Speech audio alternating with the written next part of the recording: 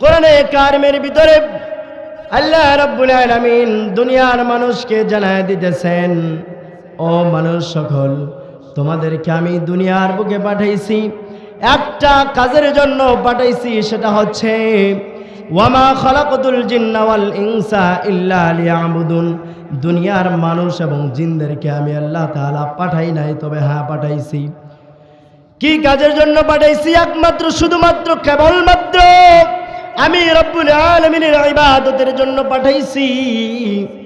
আর যদি বান্দা ইবাদত যদি না করতে পারো, গুনাহ দ্বারা ভরপুর যদি জিন্দেগি হয়ে যায়, তাহলে কিয়ামতের ময়দানে, হাসরের ময়দানে এমন সময় আসবে যেদিন ওয়াম্মা মান উতিয়া কিতাবাহু বিয়ামিনিহি, দুনিয়ার মধ্যে যে পিতামাতা আত্মীয় স্বজন দেখতেছো, এই আত্মীয় স্বজন কিন্তু একদিন কিয়ামতের ময়দানে তুমি কাউরে পাশে পাইবা না।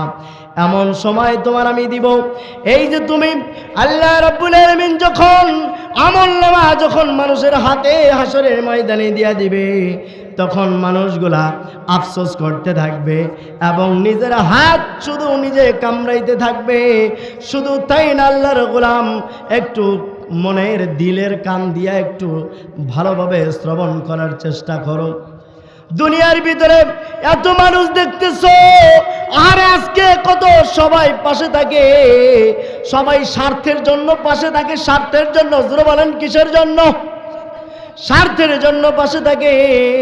একদিন এমন সময় আল্লাহ তাআলা দিবেন, আপনি আমাকে যখন আমলনামায় হাসরের ময়দানে যখন আমলনামাটা হাতে আইসা যাবে, আপনি আমি শুধু নিজের হাতটা কামড়াইতে থাকবো আর আল্লাহর দরবারে আফসোস করতে থাকবো, মালিক ও আমার রব, ও আমার আল্লাহ, ও মালিক, এমন কি আমলনামা এটা, কেমন আমলনামা এটা, কেমন হিসাবের খাতা আমারে ধরাইয়া দিলেন, কেমন আমলনামা ধরাইয়া দিলেন।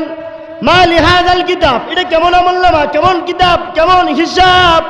আরে আমি দুনিয়ার বুকে একটা লা ইউগাদিরু সগীরাতা ওয়ালা কাবীরা, দুনিয়ার বুকে একটা ছোট গুনাহ করেছি আর একটা বড় গুনাহ করেছি, আমার একটা গুনাহ তো সারা পড়ে নাই। ও আল্লাহ, দুনিয়ার মধ্যে আমি দেখছি দুনিয়ার মানুষ যদি কোনো হিসাব করত, ছোটখাটো ভুল হয়ে যাইতো, কিন্তু হারে না না না, যখন আপনাকে আমাকে হাসরের ময়দানে আমলনামা ধরায় দিবে, দেখবেন একটা ছোট গুনাহ সারা পড়ে নাই, বড় গুনাহ সারা পড়ে নাই। আল্লাহর কাছে আফসোস করতে থাকবেন আর বলতে থাকবেন, ও আমার রব, ও আমার আল্লাহ, আর একবার সুযোগ দেন না, দেন না, দেন না আর একবার সুযোগ। এই যে এবার দুনিয়ার বুকে যাব, সেজদা দিব, আর কোনোদিন মাথা উঠাবো না, মৃত্যু পর্যন্ত আপনার ইবাদত ছাড়বো না। ও আল্লাহ, আরেকবার সুযোগ দেন না। কিন্তু আমার রব বলবেন, না না না, দুনিয়ার মানুষের জন্য সুযোগ দিয়েছিলাম, আর সুযোগ নাই, সুযোগ শেষ হয়ে গেছে। এজন্য বাপজান পায়ে ধরে হাতে ধরে বলি, আমাকে অল্প সময় বেঁধে দেওয়া হয়েছে।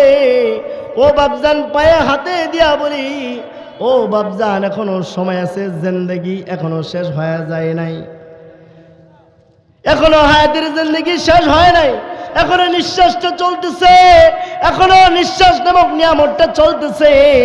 যখন নিঃশ্বাসটা বন্ধ হয়ে যাবে, আমলের দরওয়াজা বন্ধ, তওবার দরওয়াজা বন্ধ হয়ে যাবে, বাপজান আর আফসোস করলেও কাজে দিবে না। এজন্য এখনো সময় আছে, তওবা করেন। আজ না, কাল না, পরশু না, নিয়ত এটা না, নিয়ত করবেন এখন এই ময়দানে, আল্লাহ আর কোনোদিন আমি নামাজ কাজা করব না, আর কোনোদিন মিথ্যা বলবো না, আর কোনোদিন মানুষকে ধোঁকা দেব না, আর কোনোদিন এমন কোনো কাজ করব না যেটা আল্লাহ আল্লাহর রসুলের বিরোধিতায় চলে যায়। এমন কোনো কাজ ও আল্লাহ আমারে দিয়া করেন না। আজকে থেকে তওবা করতেছি, এমন নিয়ত লইয়া, এমন দিক লইয়া আজকের ময়দান থেকে উঠবেন। সুন্নাত নয় শুধু দাওয়াতের মেহমান, সুন্নাত নয় শুধু খাওয়া শেষে মধুপান, আরো কিছু সুন্নাত আছে তুমি জানো, কি জানলেও জীবনে কখনো তা মানো কি আর কিছু সুন্নাত আছে তুমি জানো কি জানলেও জীবনে কখনো তা মানো কি সুন্নাত কোরআনে সমাজ বিনির্মাণে বৈরী সকল পথ মাড়িয়ে চলা সুন্নাত দাওয়াতে দিনের